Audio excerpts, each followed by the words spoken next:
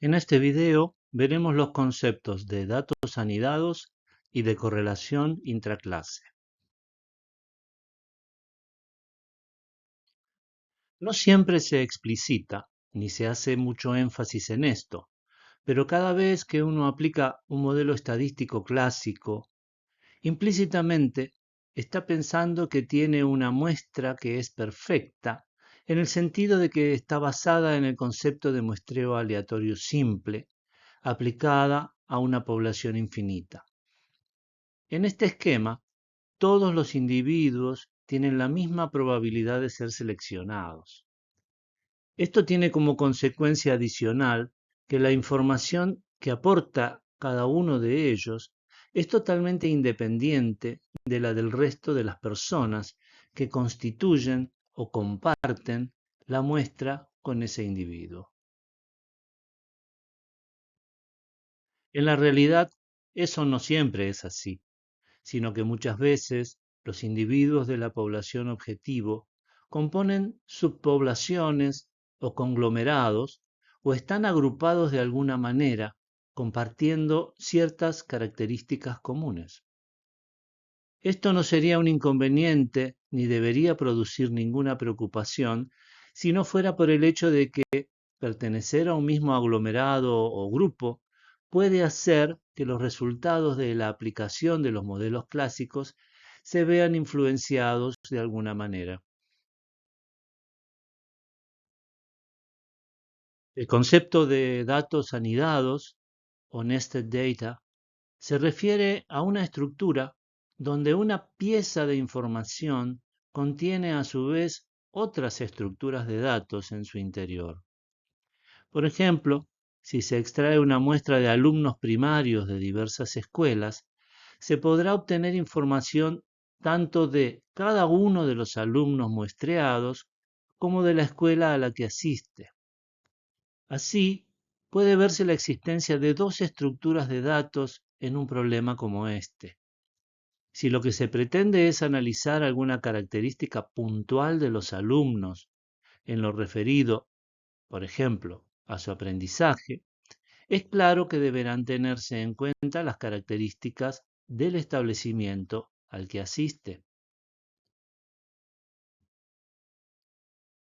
El rendimiento escolar de los alumnos puede verse influenciado por características del entorno educativo, como pueden ser el perfil de los profesores y las condiciones generales del establecimiento, entre otras, más allá de las propias características de los alumnos. Estas características de la unidad colegio son compartidas por todos aquellos alumnos que asisten al mismo establecimiento y pueden manifestarse de forma diferente en otro colegio. Estas potenciales diferencias pueden influir en los resultados obtenidos al aplicar un modelo estadístico clásico. Otros ejemplos de datos anidados pueden apreciarse en esta placa.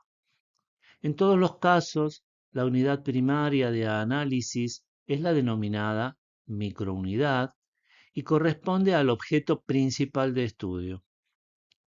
Al encontrarse esta inserta o incluida en una macrounidad que puede influir sobre su comportamiento, debe considerarse en la estrategia de análisis estadístico. Un caso particular de suma importancia lo constituyen los datos con anidamiento temporal. Estos conforman la base de los estudios longitudinales. Este tipo de anidamiento tiene usos muy importantes en psicología experimental y clínica y otras disciplinas. Cuando se mide a una persona varias veces, por ejemplo, su nivel de ansiedad durante una semana u otra característica en cada sesión, los datos están anidados. En este caso, las microunidades o nivel 1 de las mediciones corresponde a la medición diaria o semanal que se hace sobre cada sujeto. Y el nivel 2 o macrounidad, en este caso, está dada por la persona que genera esas mediciones. ¿Por qué es tan importante considerar el anidamiento temporal? Porque es de esperar que las mediciones del sujeto A se parezcan más entre sí que a las mediciones del sujeto B. Desde el punto de vista estricto de las mediciones de la variable de resultado, en el caso del ejemplo, en la variable ansiedad, las medidas no son independientes, pues las realizadas sobre un mismo individuo pueden parecerse más. Por lo tanto, el análisis estadístico de estos datos debe tener en cuenta evaluar esta cuestión. Mediante la utilización de los modelos estadísticos adecuados, es posible determinar la trayectoria de evolución de la variable de resultado, lo que presenta información adicional más allá de los valores puntuales de la variable observada.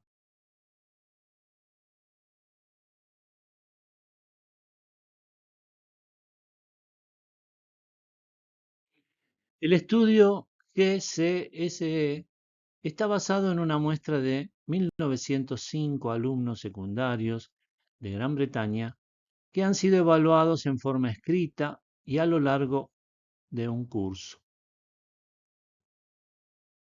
Además de los dos puntajes mencionados, se cuenta con un código que indica la escuela donde el alumno estudió y su género, así como una variable identificadora del alumno.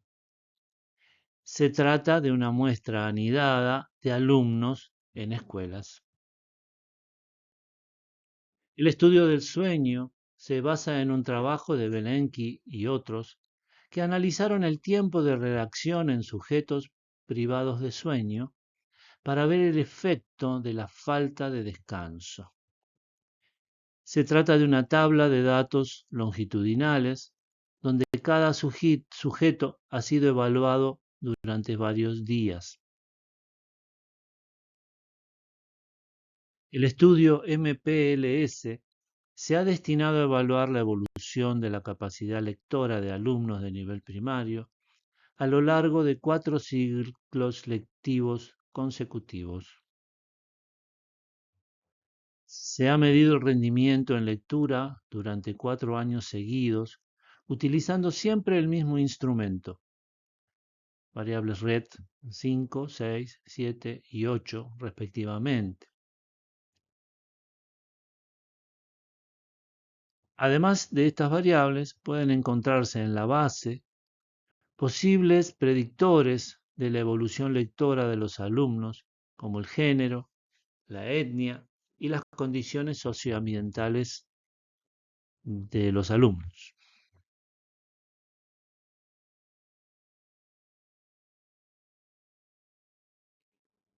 Si los datos que van a analizarse cuentan con una estructura multinivel, es muy probable que la muestra viole el supuesto de independencia entre las observaciones.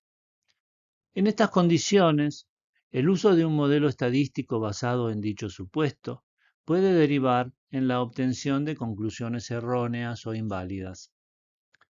Desde el punto de vista de la estimación de parámetros, se producen alteraciones en la estimación de los desvíos de los errores, que pueden llevar a evaluaciones erróneas de la significatividad de los parámetros del modelo.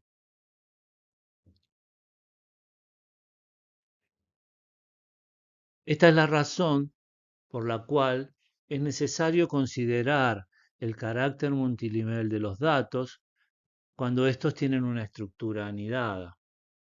Existen una serie de estrategias para llevar a cabo este propósito, que se analizarán en lo que sigue. La estrategia de agregación consiste en agregar o resumir los datos de la unidad inferior y analizar el problema al nivel de la unidad superior.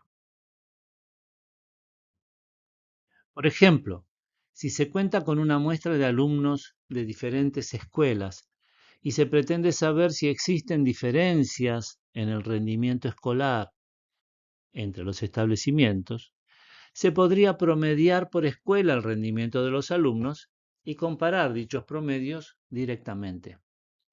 Con esta propuesta se ignoran las similitudes y diferencias que pudieran existir entre alumnos de una misma escuela, impidiendo la consideración de dicha variabilidad.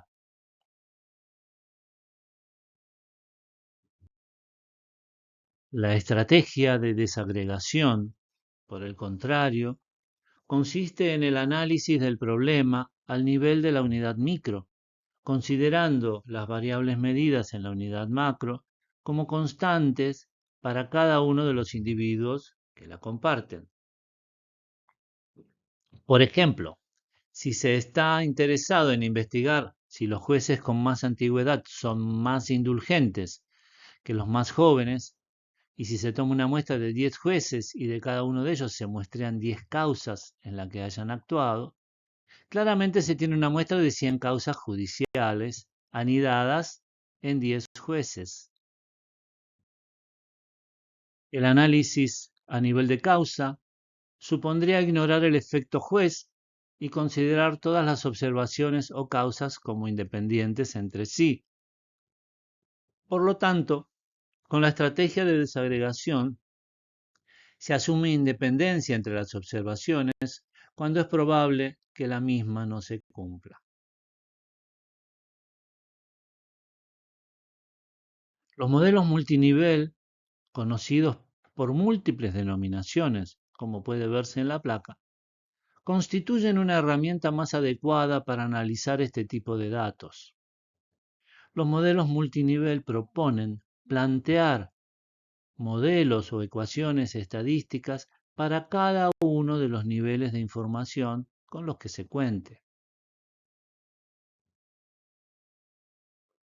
De esta forma, es posible analizar adecuadamente la variabilidad y el efecto de las distintas variables intervinientes en el fenómeno que se está estudiando.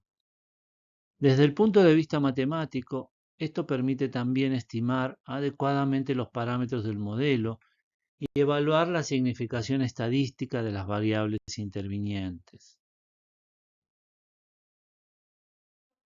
Los modelos multinivel permiten incluir predictores en todos los niveles de datos e inclusive analizar la interacción entre los mismos, si esto fuera necesario. Además, en el caso de los modelos longitudinales, será posible estudiar la trayectoria de evolución de las variables de resultado. Cuando se cuenta con una muestra multinivel, es necesario analizar el potencial efecto de dicha estructura sobre los fenómenos que están siendo estudiados. En ocasiones, no es necesario recurrir a modelos multinivel para resolver estos casos, y los modelos clásicos siguen siendo efectivos. Esto ocurre cuando el impacto del aglomeramiento es no significativo. La evaluación de este efecto o impacto se realiza mediante el cálculo del coeficiente de correlación intraclase. El coeficiente de correlación intraclase es la medida estadística que se utiliza para cuantificar cuánto se parecen entre sí las unidades que pertenecen a un mismo grupo o nido. En psicología, por ejemplo, el CCI responde a una pregunta fundamental. ¿Qué proporción de la varianza de mi variable de estudio se debe a las diferencias entre los grupos en lugar de a las diferencias entre los individuos? Veamos una definición del coeficiente de correlación intraclase en el caso de una muestra de dos niveles. Sea y la variable de resultado medida en individuos que pertenecen a alguno de los grupos definidos en la población. Técnicamente, se puede pensar que la variable de resultado medida en un individuo cualquiera es igual a la media poblacional mu de dicha variable, más un efecto aleatorio U debido al grupo al que pertenece el individuo, más un efecto aleatorio R que manifiesta la variabilidad propia del individuo en cuestión. Es decir, que la conformación de la medición no solo tiene lo propio de cada individuo, sino también un impacto que proviene del grupo al que la persona pertenece. Estas variables U y R tienen una variabilidad propia que conforman la variabilidad de la variable de resultado. Si el efecto debido a la aglomeración de los casos no fuera importante, la varianza de U sería no significativa o poco importante en relación con la variabilidad de R debida a los individuos. En ese caso, el ICC tomaría valores cercanos a cero.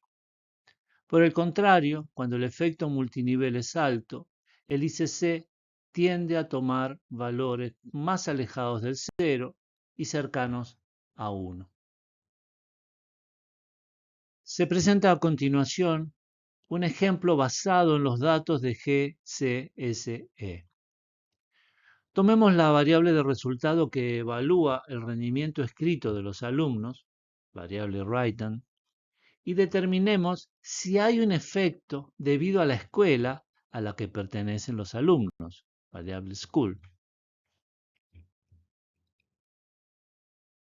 La placa muestra que la variabilidad debida a los individuos es de 126.07 y la variabilidad debida a las escuelas es de 49.63. Con esos valores, el coeficiente de correlación intraclase es de 0.28. Es decir, el 28% de la variabilidad de la variable de resultado written se debe a la escuela. En otras palabras, es probable que haya alumnos con mejor rendimiento debido a la escuela en la que se forman y viceversa. Esto indica que el análisis de estos datos no puede ignorar el efecto del establecimiento y por lo tanto los datos deben analizarse utilizando modelos multinivel.